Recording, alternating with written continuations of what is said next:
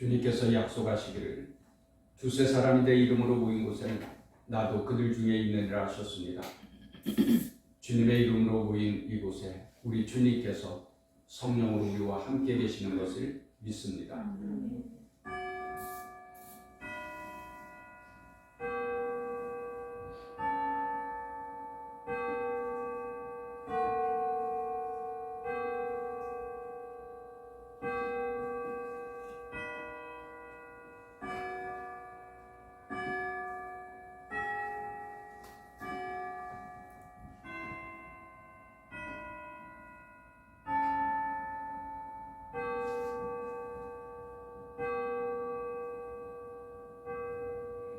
우리 주님께서 말씀하셨습니다.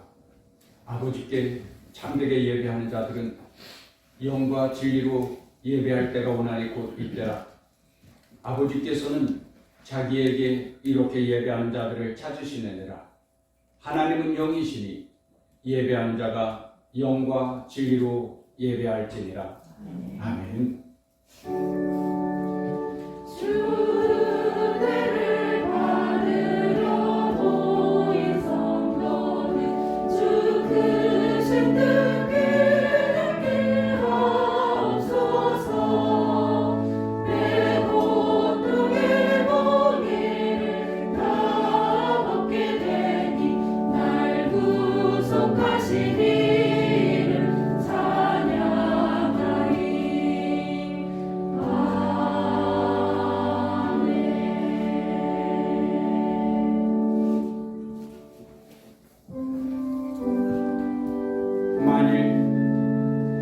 안식일을 걸어 즐거운 날이라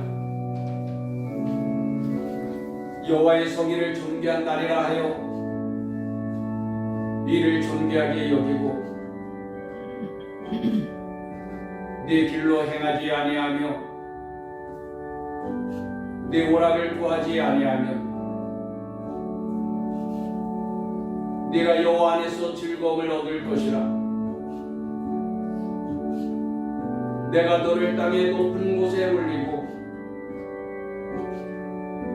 내 조상이 야곱의 기업으로 기르리라. 여호와의 입의 말씀이니라. 아멘. 공동기도문으로 함께 기도하겠습니다. 은혜로시며 자비하신 아버지 하나님, 예수 그리스도의 보혈로 우리의 모든 죄를 사해 주시고 하나님의 자녀되는 권세를 주셨으니 감사합니다. 아버지의 집인 교회에서 안식을 누리며 은혜와 복을 받게 하시니 감사합니다. 오늘도 예배하는 우리에게 신령한 은혜와 복을 주심으로 우리에게 맡겨주신 복음의 사명을 잘 감당할 수 있게 하옵소서. 예수님의 이름으로 기도합니다. 아멘. 일어나서 찬송가 35장 1절 4절을 부릅니다.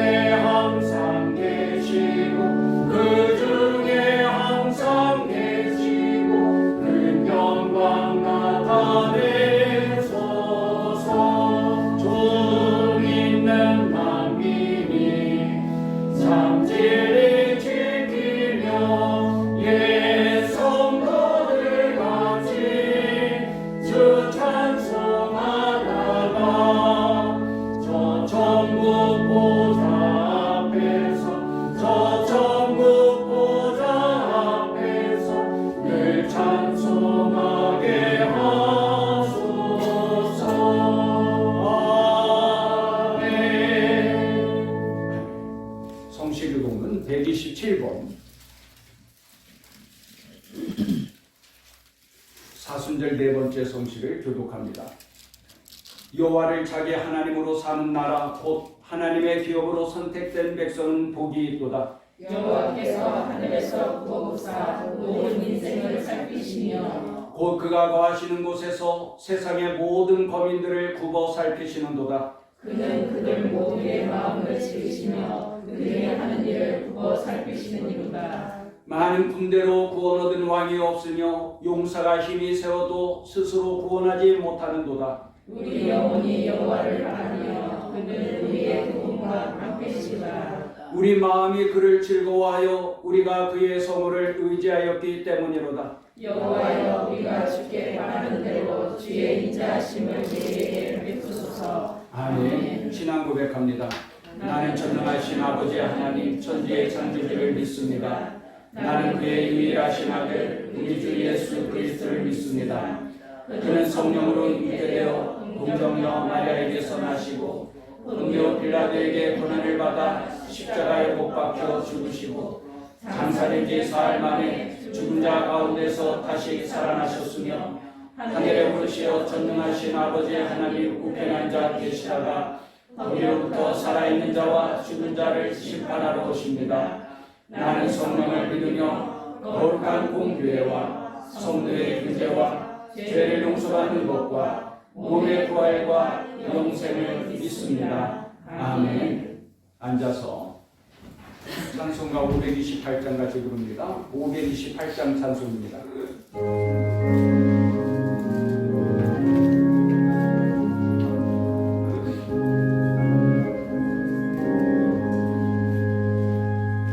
예수가 우리를 모르는 손이 금손도로 몸 앞에 나와서 사명을 보며 우리를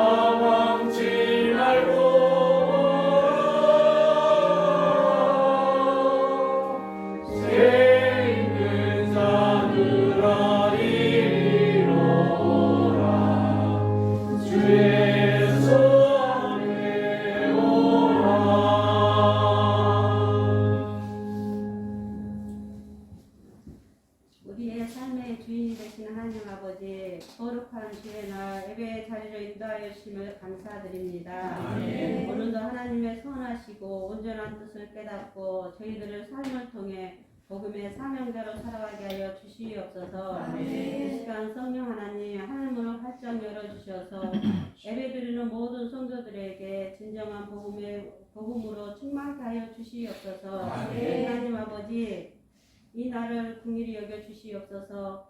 세우신 대통령과 유정자들이 위임받은 권력으로 하나님의 사랑과 공의를 실현해 나가도록 성령 하나님께서 도와주시옵소서. 아멘. 이 시간 담임 목사님을 통해 복된 말씀을 듣습니다. 성령의 기름을 부으사 우리들의 삶이 새롭게 변화되는 능력의 말씀이 되게 하여 주시옵소서. 아멘. 특별히 질병 가운데서 투병하고 있는 성도들을 위해 간절히 기도합니다. 낙심되어 포기하지 않게 하시고 하나님 아버지께서 새 힘을 주시사 보혜사 성령님께서 함께하여 주시옵소서. 아멘. 오늘도 찬양대의 찬양을 기뻐 받아주시고 예배를 위해 섬기고 봉사하는 모든 이들의 헌신 위에 주의 사랑이 삶 가운데 축복으로 넘쳐나가게 하여 주시옵소서. 아멘. 한 주에도 주님의 도우심으로 소망 가운데 감사와 기쁨과 인내로 승리하게 하시고 거룩한 그리스도의 삶을 살아갈 수 있도록 능력을 더하여 주시옵소서. 아멘. 오늘 선생님께서 이 예배를 받아주실지 믿사옵고 예수님의 이름으로 감사하며 기도하옵나이다. 아멘.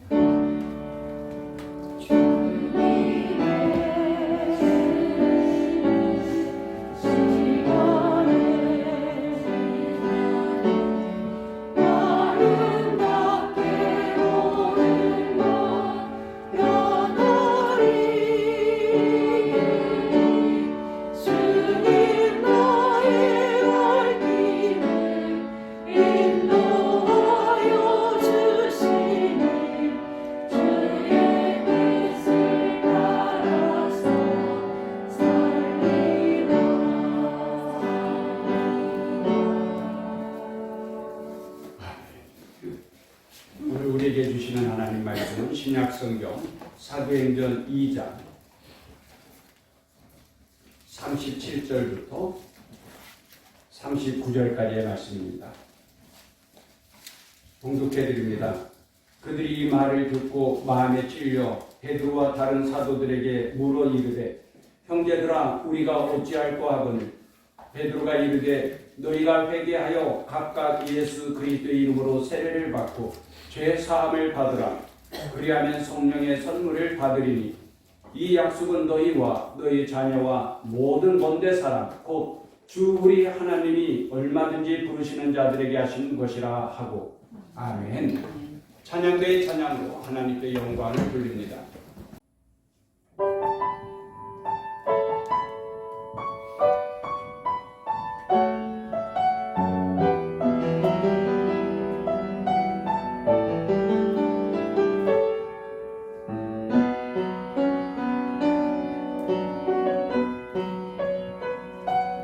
난 지극히 작은 자 죄인 중에 괴수 무익한 날 부르셔서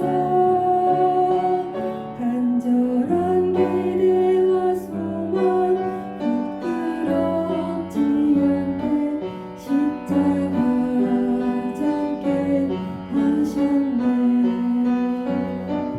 어디든지 가리라 주 위에 서라면 나는 전하리 그 십자가 내 몸에 밴 십자가 그 보혈의 향기 온 세상 채울 때까지 살아도 주를 위해 죽어도 주를 위해 살아주는 난 주의 것 십자가의 능력 십자가의 소망 내 안에 주가 사시는 것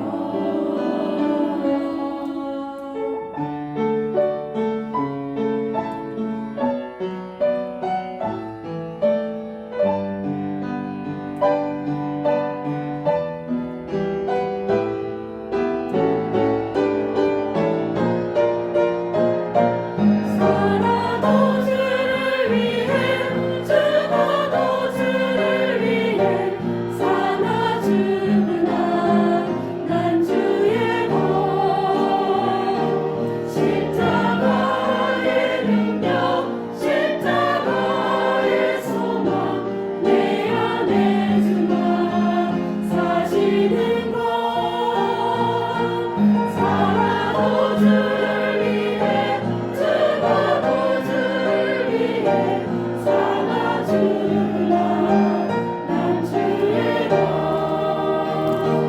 십자가의 능력 십자가의 소망 내 안에 주만 사시는 것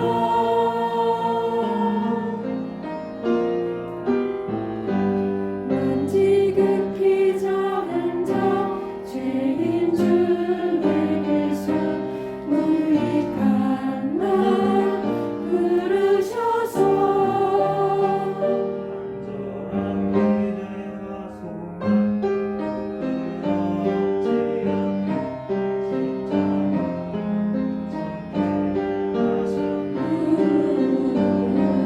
내 사랑 나의 십자가 내 사랑 나의 십자가 내 사랑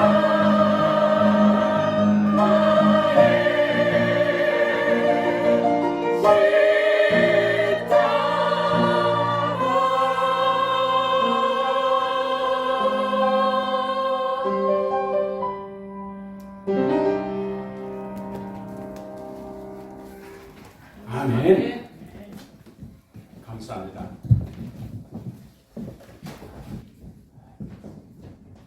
목사님의 설교에 늘 2%가 부족하다고 느끼는 장로님이 목사님이 설교를 마칠 때마다 우리 목사님 설교는 다 좋은데 성경의 가장 핵심적인 그리스도의 보혈이 빠져서 안타깝다고 하면서 늘 중얼거리곤 하였습니다.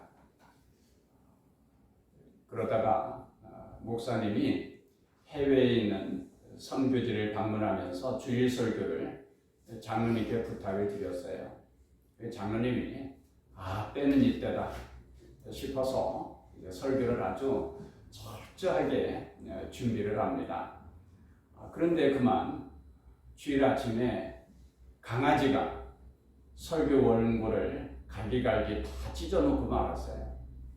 장로님이 원고 없이 강대상 앞에 딱 섰는데 성도들이 주일 설교 장로님이 처음 하니 얼마나 기대를 하는지 눈이 뚫어지라 쳐다보는데 장로님이 그만 정신이 하얘져가지고 설교 제목도 생각이 안 나는 거예요. 주부를 보면서 간신히 오늘 설교 제목은 그리스도의 보혈입니다. 그랬는데 그러고 나서 얼굴이 빨개지고 등에서 식은땀이 나고 무슨 말을 어떻게 해야 되는지 알 수가 없는 거예요. 그래서 용기를 내서 아주 힘있게 이 세상에는 사슴의 피, 돼지의 피, 강아지 피, 여러 종류의 피가 있지만 가장 귀한 피는 그리스도의 보혈입니다. 그러고는 그 뒤에는 횡설수설하면서 무슨 설교를 했는지 알 수가 없는 거예요. 하지만 그날 설교는 아주 명설교였다는 것입니다. 우리는 생각할 때에 피는 다 똑같지라고 생각하지만 피가 다 다르다는 거예요. 동물의 종류에 따라서 피가 다 다르고요. 사람의 피라도 혈액형에 따라서 다 다르고 유전자 검사를 해보면 사람마다 피가 다 다르다고 해요. 그런데 이 세상에 오직 보혈이라고 일컫는 피는 그리스도의 피입니다. 오직 그리스도의 피만 보혈이라고 해요. 왜냐하면 예수 그리스도는 하나님의 아들로 죄 없으신 분의 보배로운 피이기 때문입니다. 그 그리스도의 보혈이 우리를 모든 죄와 사망으로부터 구원해 주셨습니다. 주의 보혈 능력이 또다 주의 피 믿어 주의 보혈 그 어린 양의 매우 귀중한 피로다. 오늘은 사순절 네 번째 주일입니다. 그리스도께서 우리를 구원하시기 위하여 피 흘려 죽으시고 3일 만에 부활하심으로 우리에게 영생의 소망을 주셨습니다. 우리는 이 사순절 기간을 보내면서 경건하고 절제하는 삶을 살아가기를 힘써야 합니다. 예수님께서 십자가에 달려 죽으신 후 3일 만에 부활하셨습니다. 부활하신 예수님은 40일 동안 이 세상에 계시다가 마지막 승천하시기 전에 끝까지 예수님을 따르던 무리들에게 명령하시죠. 너희는 예루살렘을 떠나지 말고 아버지께서 약속하신 성령을 기다리라고 명령하셨어요. 그래 그 무리들 가운데서 약 120명 정도가 예수님의 명령을 따라서 마가의 다락방에 함께 모여 오직 기도에 힘쓸 때에 오순절에 이르러서 성령을 받게 되는데, 성령을 받게 되자 저들은 확 변합니다. 완전히 새 사람이 되는 거예요. 불덩어리와 같이 뜨거워져서 방언을 하고 예언도 하고 기도를 해도 뜨겁게 기도하고 찬송을 불러도 뜨겁게 찬송을 합니다. 그런 모습을 보면서 사람들은 새 술에 취하였더라고 비웃고 조롱을 해요. 이에 베드로가 구경하는 그 수많은 무리들을 향하여서 지금은 아침 9시이니 우리가 술에 취는 것이 아니라 성경에서 약속하신 성령이 우리에게 임하셨다라고 설명하면서 예수 그리스도를 증거합니다. 너희가 예수를 십자가에 못 박아 죽였으나 하나님께서 그를 다시 살리셨다. 그분은 성경에 말씀하신 주요 그리스도시다. 그러자 이 말을 듣는 무리들이 마음에 찔려서 어찌할꼬 탄식합니다. 37절 말씀을 다시 한번 읽으십시다. 37절 시작. 그들이 이 말을 듣고 마음에 찔려 베드로와 다른 사도들에게 물어 이르되 형제들아 우리가 어찌할꼬 하거늘. 아멘. 그들이 이 말을 듣고 마음에 찔려. 영어 성경에서는 바늘로 심장을 찌르는 것과 같은 고통으로 형제들아 우리가 어찌할꼬 외쳤다는 거예요. 베드로의 설교를 들은 그들은 양심의 가책과 죄책감으로 형제들아 우리가 어찌할꼬.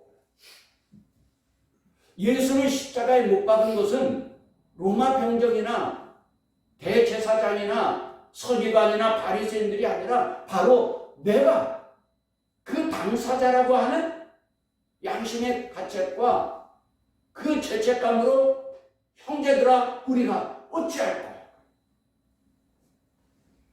여러분 우리가 이 세상을 살다 보면은 어찌할꼬 하는 탄식과 절규를 할 때가 있죠. 말세에 고통하는 때가 이르게 된다는 것을 말씀하셨는데 지금은 지진이 일어나도 얼마나 강력한 지진이 일어나는지, 이번에 트리키의 대지진으로 인하여서 얼마나 많은 사람들이 가족을 잃어버리고 폐허가 된 그 잿더미에 주저앉아서 어찌할꼬 절규하는 모습을 우리가 보았어요. 그런가 하면 우크라이나 전쟁으로 인하여서 얼마나 많은 사람들이 어찌할꼬 탄식하지 않습니다. 지금도 그렇죠. 또한 내란과 기근으로 인하여서 수많은 사람들이 어찌할꼬 탄식을 합니다. 지금 우리는 노아 홍수 직전에 죄악으로 가득하였던 그 세상의 모습을 보는 듯해요. 오늘이라도 하나님께서 불러 심판하셔도 이상할 것이 전혀 없을 것 같아요. 물로 심판하실 때에는 방주 안에 있던 사람들이 구원을 받았는데 이제 마지막 불로 심판하실 때는 교회 안에 있는 성도들이 구원을 받지 않겠습니까? 그런데 오늘날 교회가 노아의 방주와 같이 우리가 교회 안에 있으면 구원받을 만큼 교회가 안전한가요?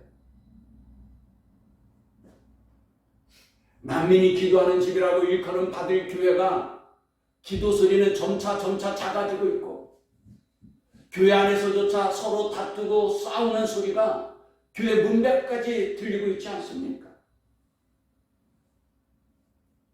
주님은 우리를 향하여서 세상의 빛이라고 말씀하셨지만은 우리가 이 어두운 세상을 밝게 비춰주고 있습니까?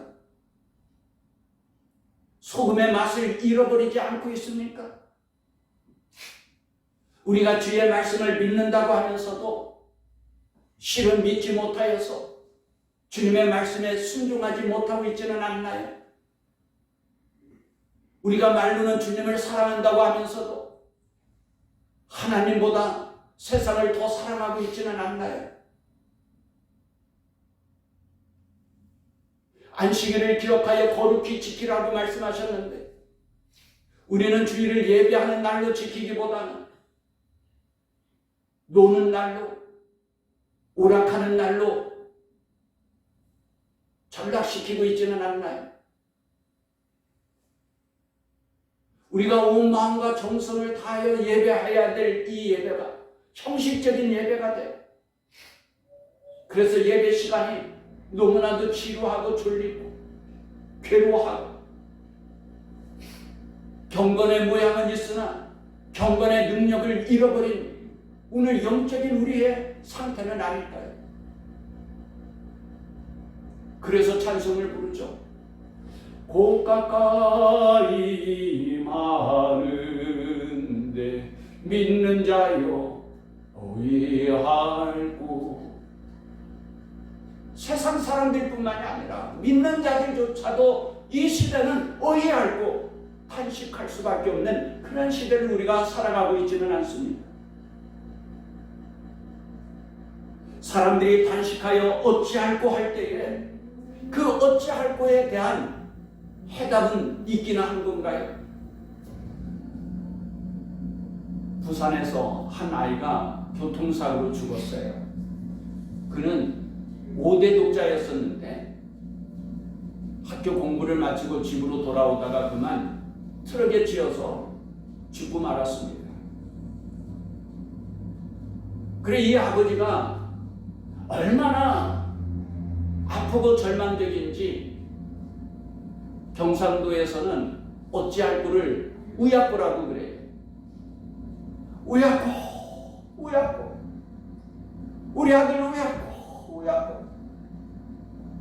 식음을 전폐하면서 며칠 몇 날을 우야꼬 탄식을 하는 거예요.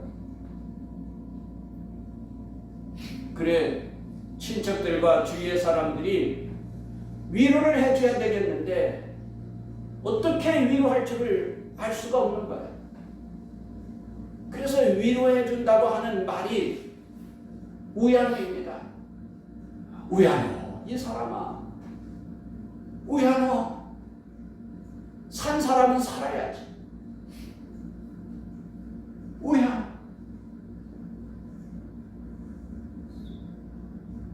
가슴 아프지만 우야노, 절망스럽지만 우야노, 방법이 없으니 후회한다. 세상에는 방법이 없다는 거예요. 그냥 받아들여야지. 어찌할 수 없지 않느냐는 거예요. 그러나 성경은 반드시 해답이 있다는 거예요. 성경에는 길이 있어요.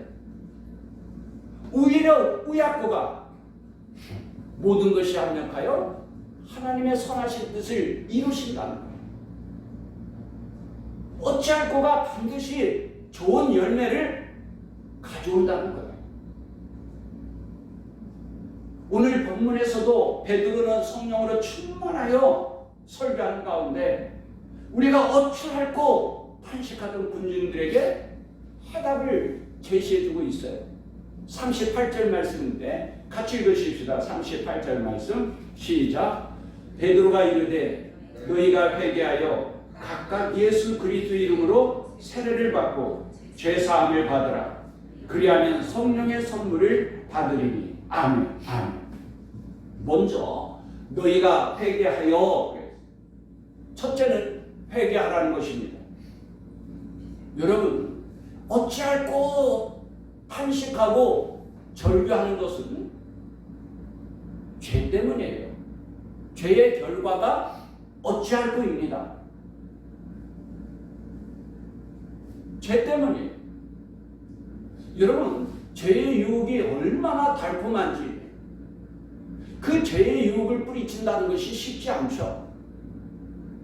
하와가 하나님께서 먹지 말라고 한 선악과를 볼 때에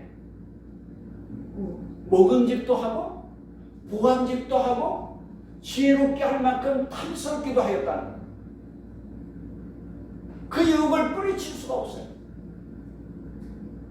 그래서 그 선악과를 먹은 결과가 무엇입니까? 가시에 찔리는 아픔과 땀 흘리는 수고와 해산의 고통 가운데서 살다가 결국은 그 죄값으로 반드시 죽을 수밖에 없고 지옥의 형벌을 받을 수밖에 없었던 거죠. 어쩌? 오늘도 마찬가지. 죄의 유혹이라는 것이 얼마나 달콤한지 그것을 뿌리치기가 어려운 거예요. 그 결과가 어찌할 거예요? 그러므로 그 어찌할 거의 해답은 죄의 용서를 받는 거예요. 그게 회개죠. 회개하면 하나님은 용서해 주셔요. 이사야서 1장 18절에 여호와께서 말씀하시되 오라 우리가 서로 변론하자. 너희의 죄가 주음 같을지라도 눈과 같이 희어질 것이 진같이 붉을지라도 양털같이 희게 되리라. 회개함으로 죄사함을 받아야 된다는 거예요. 둘째는 각각 예수 그리스도 이름으로 세례를 받고, 세례는 옛사람이 죽고 새 사람으로 다시 살아나는 증표로서 행하게 되는 예식이 세례입니다. 이 세례의 의미를 우리가 잘 이해하려면 그 다음 이어지는 죄사함을 받으라는 말씀을 먼저 이해해야 해요. 셋째는 죄사함을 받으라 말씀하셨어요. 여러분, 죄사함을 받으라 말씀하셨는데 논리적으로는 이상하지 않아요. 아니, 죄인치고 사형당하여서 죽을 수밖에 없는 죄인치고 죄사함 받고 싶지 않은 죄인이 어디 있겠어요? 그러나 죄인이 판사도 아니고 어떻게 죄사함을 받을 수 있습니까? 형벌을 받으라 그래야 맞죠. 죽을 수밖에 없는 죄인에게는 형벌을 받으라 그래야 되는데 말씀은 죄사함을 받으라는 거예요. 이게 어떻게 가능한가요? 그것이 바로 십자가의 은혜입니다. 예수 그리스도께서 우리의 모든 죄를 담당하시고 십자가에 못 박아 피 흘려 죽으셨어요. 주님께서 우리의 모든 죄를 대신 담당하셨기 때문에 우리는 이제 죄사함을 받을 수 있게 된 것이죠. 그래서 이제는 누구든지 예수 믿고 죄사함 받고 영생을 얻을 수 있게 된 거예요. 성경의 가장 핵심적인 구절을 요한복음 3장 16절이라고 하지 않아요? 하나님이 세상을 이처럼 사랑하사 독생자를 주셨으니, 이게 독생자를 주셨다는 것은 독생자를 피 흘려 죽게 하셨다는 거예요. 그래서 이제는 누구든지 예수 믿으면 멸망하지 않고 영생을 얻게 하려 하십니다. 요한복음 1장 12절은 영접하는 자, 그 이름을 믿는 자들에게는 하나님의 자녀가 되는 권세를 주셨다고 말씀하셨어요. 우리는 이미 예수 그리스도를 믿음으로 말미암아 죄사함을 받고 하나님의 자녀로 거듭나게 된 것을 믿습니다. 그러므로 이제는 더 이상 우리가 과거에 매여 살 필요가 없어요. 과거에 매여 살아도 안 돼요. 우리가 더 이상 어떤 죄책감으로 과거에 매여서 살면 안 돼요. 그 예수 그리스도의 보혈을 헛되게 만들고 마는 거예요. 우리는 예수 안에서 새 생명을 얻었습니다. 거듭났어요. 그것이 바로 세례의 의미인 것이죠. 그리하면 성령의 선물을 받으리니 그랬어요. 그리하면 성령의 선물을 받는다. 성령은 말 그대로 거룩한 영이라는 뜻인데, 하나님의 영, 예수님의 영을 성령이라고 그래요. 이 성령을 설명한다는 것이 굉장히 어렵죠. 빌리 그레엄 목사님이 성령론이라는 책을 썼는데 아주 두꺼운 책이에요. 근데 그 책의 서두에 이런 이야기를 했어요. 깊은 산속에 사는 원주민이 여행을 하다가 바다를 보았어요. 그런데 난생 처음 바다를 보니 우와! 그냥 골짜기에 조그만 시냇물이나 보고 그러던 이 원주민이 큰 넓은 바닷물을 보니까 얼마나 신비롭고 놀라워요. 그래, 이 사람이 고향에 돌아가서 친구들에게 내가 본 바다를 자랑해야지. 그래서 이 바다를 자랑하기 위해서 원주민이 그릇에다가 바닷물을 담아가지고 고향에 들어와서 친구들에게 바다를 설명합니다. 여러분, 그릇 속에 바닷물 한 바가지 가지고 바다를 설명할 수 있겠어요? 그거 충분하겠어요? 빌리 그레엄 목사님은 그 두꺼운 성령론에서 내가 성령을 설명하려 하지만 마치 그와 같다는 거죠. 우리가 하나님을 설명한다는 것이 얼마나 어려워요. 하나님의 영 성령을 설명한다는 것도 쉽지 않죠.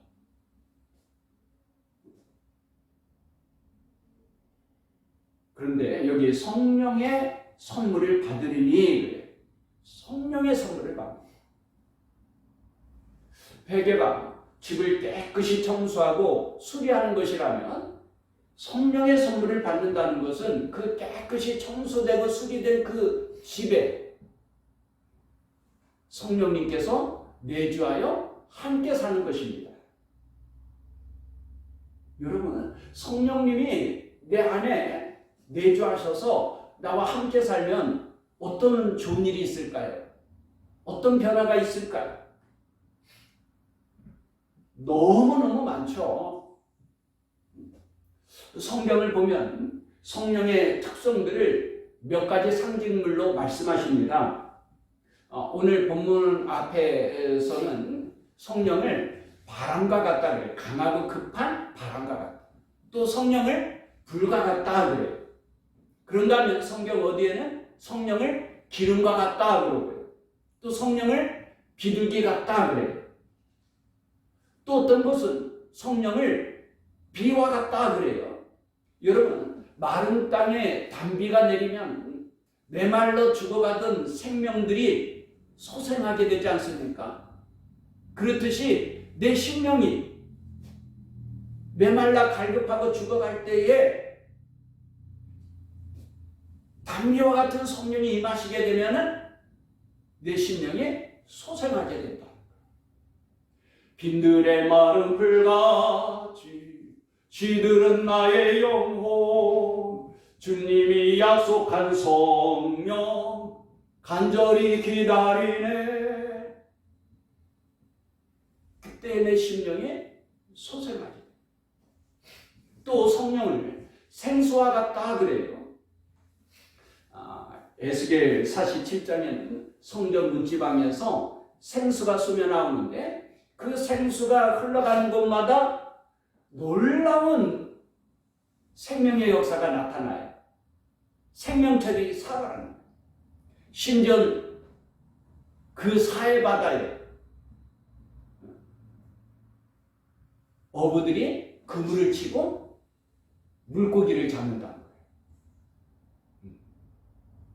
어떻든 성경에 보면 이러한 성령에 대한 여러 상징들을 말씀하고 있어요.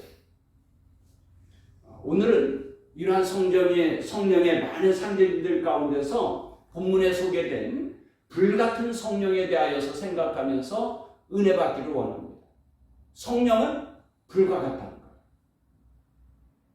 초대교회 성도들이 성령으로 충만할 때에 아주 뜨거운 열심으로 신앙생활을 합니다. 불은 생명의 원천입니다. 겨울 동안 얼어붙었던 땅이 따뜻한 봄바람이 불게 되면은 새싹이 움돋게 되죠. 그리고 암탉이 달걀을 따뜻하게 품 안에 품고 있으면은 병아리가 태어나게 되죠. 불은 그러한 생명의 원천이 돼요. 그런가 하면 불은 또한 힘의 원천이기도 합니다. 여러분, 물에다가 열을 가하면은 수증기가 되는데 그때 얼마나 큰 힘이 나타나게 되는지 그 무거운 증기기관차를 움직이기도 하고 어마어마한 기계를 움직이기도 합니다. 아무리 값비싼 최신형 고급 벤츠 승용차라도 엔진에 불이 꺼져버리면 벤츠 승용차가 한 발자국도 나갈 수 없어요. 엔진에 불이 꺼지면 그 벤츠 자동차도 오히려 무거운 짐이 될 뿐입니다. 그렇죠. 오늘 우리도 마찬가지예요. 성령 없이 신앙생활할 때에 신앙생활이 무거운 짐이에요.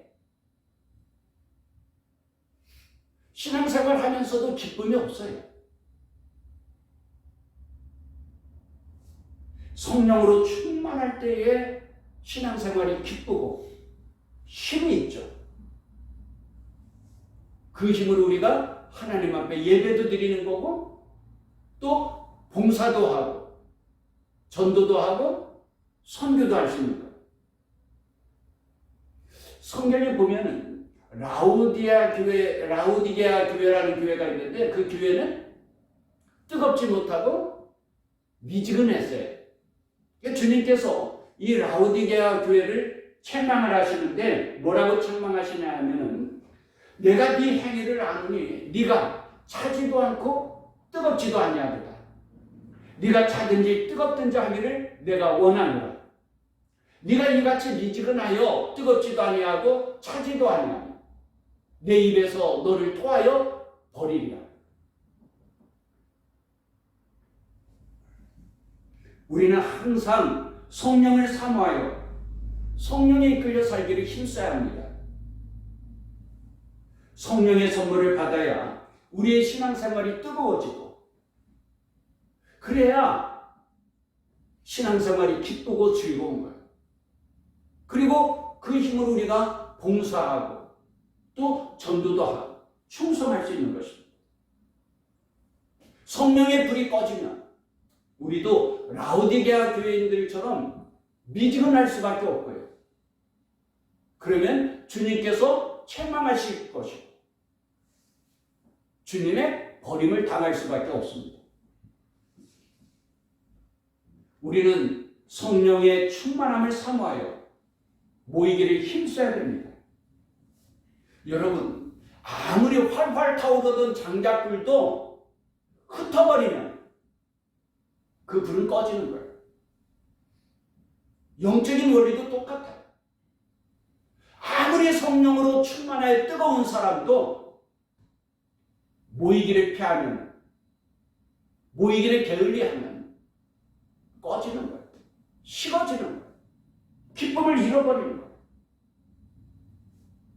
오늘 본문의 배경도 초대교회 성도들이 예수님의 말씀을 따라서 예루살렘을 떠나지 아니하고 함께 모여 기도에 힘쓸 때에 성령을 받게 되었고, 성령을 받게 되자 저들은 더욱더 열심으로 모이기를 힘씁니다.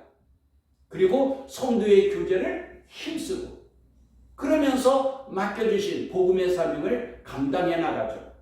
46절 말씀, 뒤에 있는 46절 말씀을 같이 읽어보십시다. 46절 말씀 시작. 날마다 마음을 같이하여 성전에 모이기를 힘쓰고 집에서 떡을 떼며 순과 순전한 마음으로 음식을 먹고. 아멘.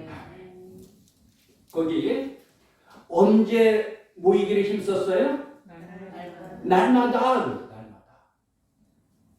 여러분들은 일주일에 한 번 모이는 것도 힘들죠? 저는 참 신기한 게 한 달에 한 번 모이는 분도 있어. 그런데 믿음 안 잃어버리는 게 신기해. 그 기적인 것 같아. 근데 초대교회는 언제 모였어요? 날마다. 우리 교회는 그 먼 데서 오시는 분들이 여러 분 계시는데, 먼 데서 오시는 분들은 사실 날마다 교회 모이는 게 힘들잖아요. 그런 분들은 가까운 교회에서 체력재단 쌓으면 참 좋아요. 우리 전진숙 목사님은 인천이 집인데 그 인천에서도 날마다 가까이 교회 나가서 우리 좋은 교회를 위해서 기도하고 있다고 하잖아요. 하여튼 초대교회는 날마다예요. 날마다. 어디에 모이기를 힘쓰고? 어디에 모이기를 힘썼어요? 성전에 모이기를 힘쓰고. 할렐루야. 아멘. 할렐루야. 아멘. 그러면 성령님께서 우리를 그렇게 이끄시는 거예요. 날마다 성전에 모이기를 힘쓰고.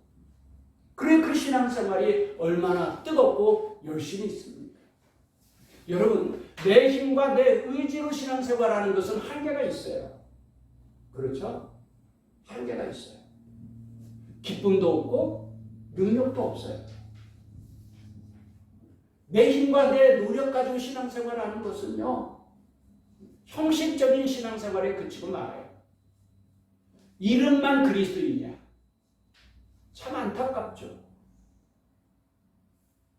그러므로 주님은 마지막까지 주님을 따르던 무리들에게 예루살렘을 떠나지 말고 아버지께서 약속하신 성령을 기다리라고 말씀하셨습니다.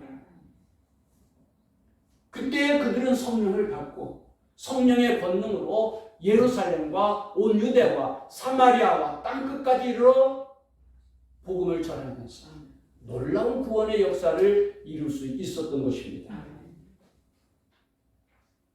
오늘 우리도 교회 모이기를 힘쓰고 성령을 받는 것이 우선입니다.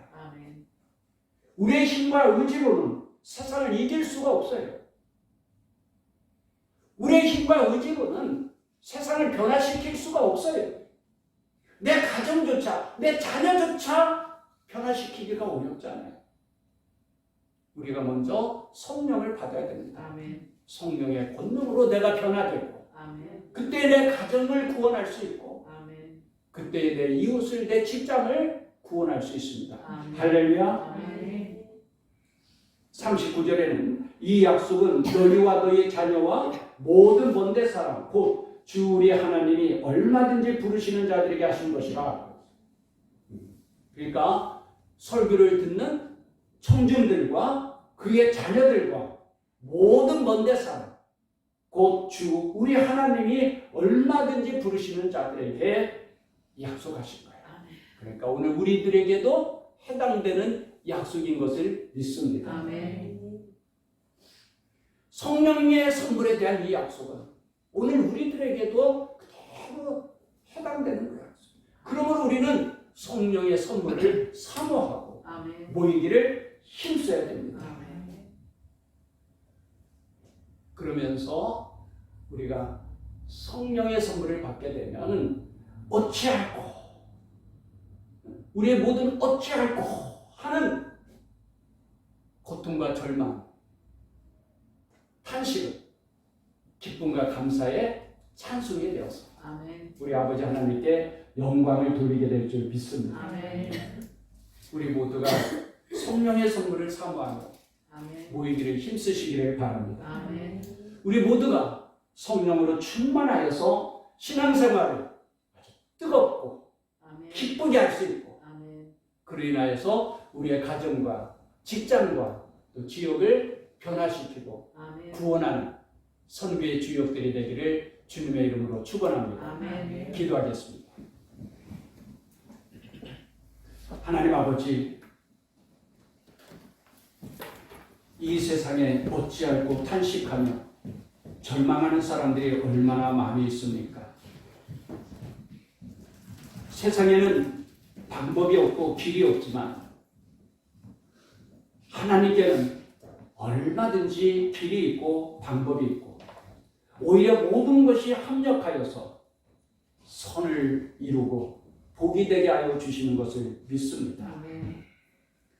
오늘 우리들에게 귀한 말씀을 주셨으니 우리가 회개하고 아멘. 예수 그리스도의 이름으로 세례를 받고 죄사함을 받게 하여 주시사 아멘.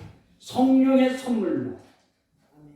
나도 변화되고 다른 사람도 변화시키고 많은 사람들을 구원할 수 있게 하여 주옵소서. 아멘. 신앙생활에 기쁨이 있고 감사가 넘치게 하여 주옵시고 아멘. 우리에게 맡겨주신 복음의 사명을 감당할 수 있게 하여 주옵소서. 아멘. 언제나 성령을 사모하며 성령님을 인정하며 성령님의 역사심 속에 살아가게 하여 주옵소서. 아멘. 예수님의 이름으로 기도하옵나이다. 아멘. 아멘.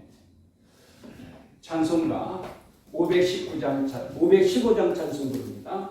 515장.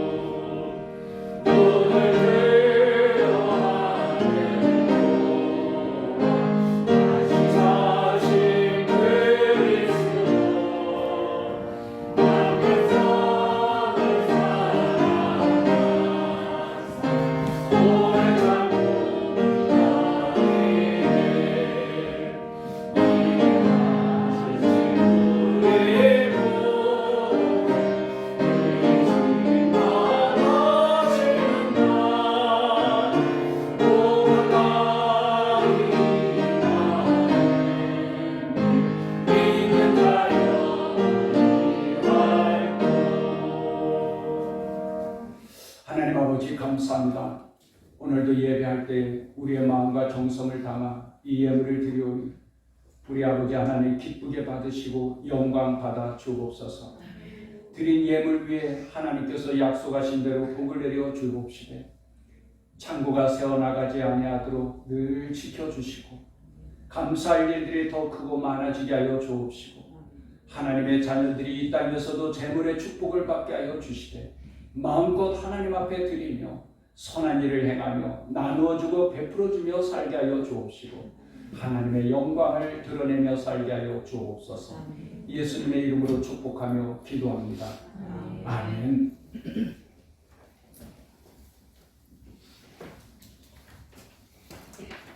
교회 수식 알려드립니다. 사순절 넷째 주일입니다. 사순절은 주님의 고난에 동참하며 부활의 신앙을 견고히 하는 영적 훈련의 기간입니다.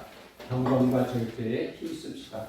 실천사항으로는 공적 예배와 새벽 기도의 참석을 힘쓰시고 성경 읽기, 또 사치와 낭비를 금하며 오락과 비유식품을 절제합시다.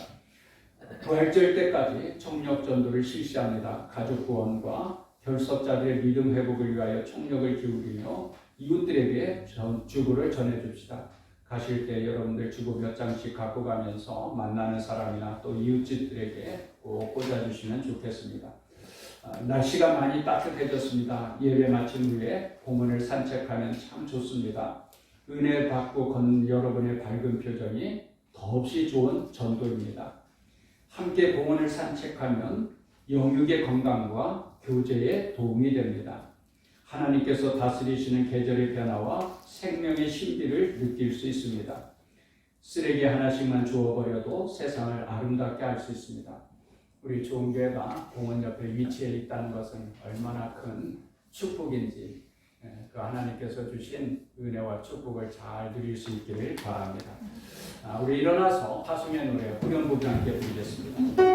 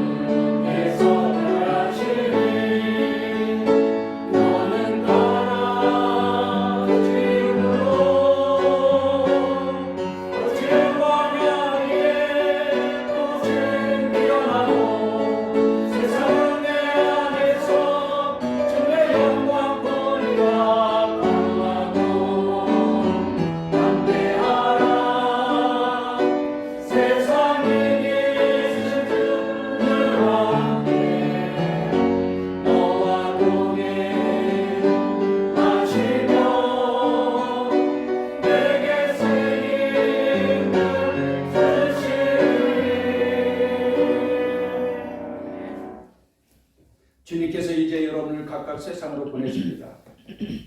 보냄받은 가정에서 또 직장에서 그리고 지역에서 그리스도의 제자로 전도하며 선교사의 삶을 사십시오. 주님께서 여러분과 항상 함께 하십니다. 여러분은 세상의 빛이요 소금입니다. 지금은 우리를 구원하신 예수 그리스도의 은혜와 하나님 아버지의 크신 사랑과 성령님의 교통 인도하시며 충만하신 어찌할꼬 탄식하는 세상을 향하여 나아갈 때에 베드로와 같이 산 소망의 복음을 증거하기를 결단하고 돌아가는 주의 자녀들 가운데 영원토록 함께 하시기를 축원하옵나이다. 아멘. 아멘.